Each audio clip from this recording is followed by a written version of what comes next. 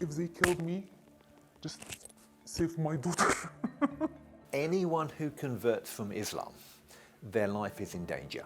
They put me in a position that I need to pay for the company or I will go to the jail. So if a Christian woman is forcibly converted to Islam and her husband does not convert to Islam, that marriage is automatically dissolved. My husband called our priest and he said to him, please be away from your house. It's not safe for you at the moment. It's not safe at all. If they are living together, and this is what would have happened to Maria if she was deported to her home country, A, her husband could be accused of abducting her, and B, they could be accused of adultery. I just feel like, oh my God, I've never been a Muslim.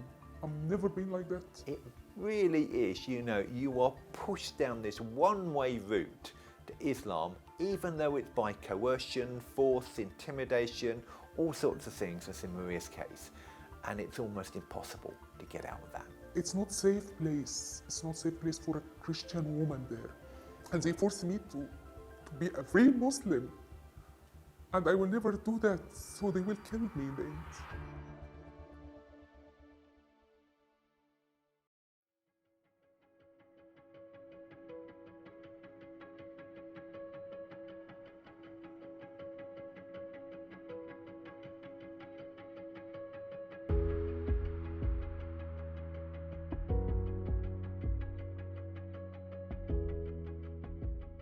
In the beginnings, they were gentle. They sent me loads of videos about the people they preaching about Islam in my WhatsApp every day.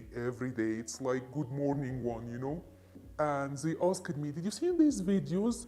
I said, yeah, sometimes, but to be honest, I'm very busy with my family. I do a lot of stuff, so I'm not able to carry on with that. So they tried gently, and one day, one of our colleagues, they said to me, I sent you a video yesterday, did you see it? I said, I'm so sorry, I apologize again. He said to me, could you please just open it and I will tell you something about this video.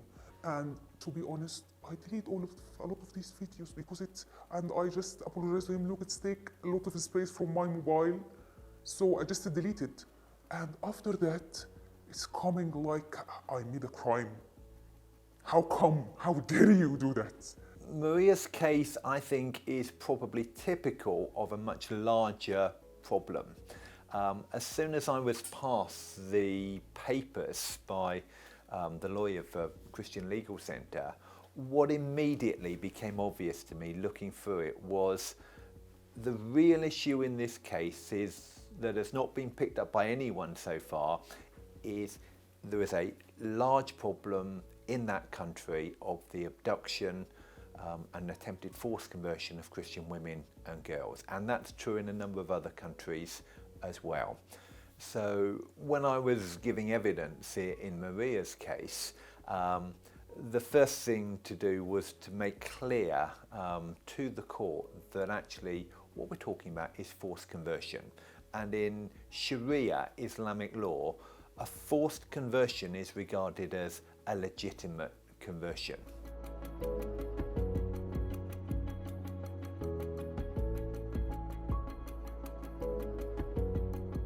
It starts when they make a trap for me.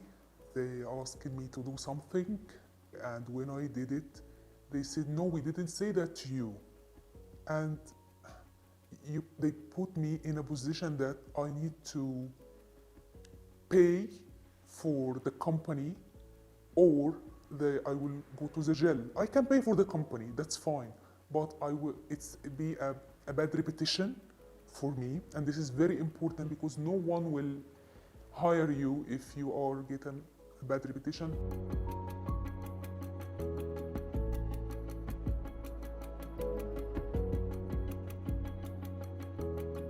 I thought I can solve all of these problems. What they need just a sign to say I am a Muslim. No worries. I will never say it loudly, oh, I am a Muslim. I will never do that. They need a sign, I will sign it. And then I will solve my problem, stay away from them.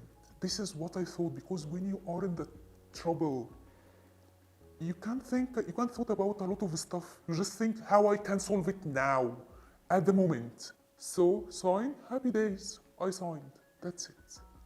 But the problem is coming after, when they change my ID and I become known as a Muslim in my country. This is the big problem for me. And they're trying to force me to leave my family. And they're trying to change my birth certificate for my daughter. I can't do that. This is the problem. I don't know in the beginning, but because they asked me just to sign, yeah, happy day, I will sign. But in the end, they asking me more and more and more, and I can't do that. I can't leave my husband, I can't leave my daughter. What Islamic law says is that actually once somebody just says the Shahada, that there is no God but Allah, Muhammad is his prophet, they have converted. And there is no way back. Now, even though, to your mind and my mind, conversion is something that happens in the heart, in Islam, it's something that is said with the mouth. And even though you might change in your heart, you're still a Muslim in the eyes of Sharia. And so all the penalties and all the threat of vigilante violence is absolutely there when someone says, but I didn't mean it and I want to live as a Christian. As far as Sharia is concerned, you are a Muslim and you are apostatizing from Islam, and therefore you deserve death.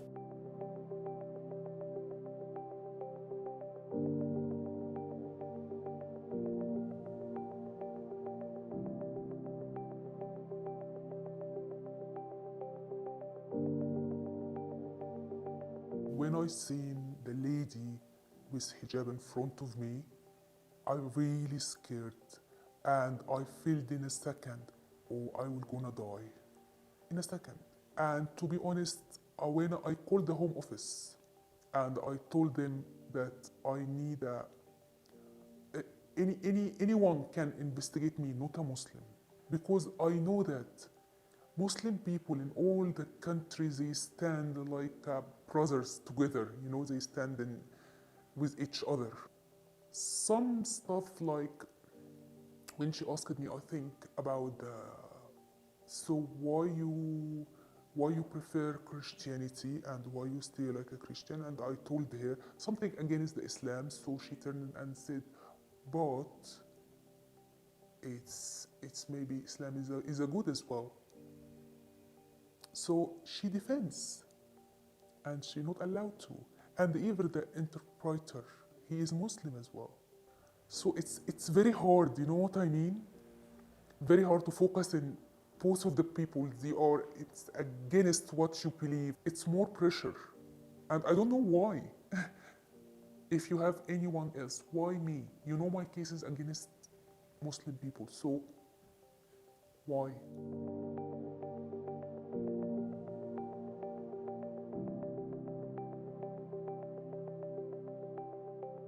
This conversion certificate is absolutely central to Maria's case to show that she had actually converted to Islam. And so when the Home Office, quote, lost her papers, that was a crucial piece of evidence that really should have been absolutely sacrosanct. How did the Home Office manage to lose it while at the same time they were trying to turn down Maria's case? Clearly there were some conflicts of interest in the Home Office at that point.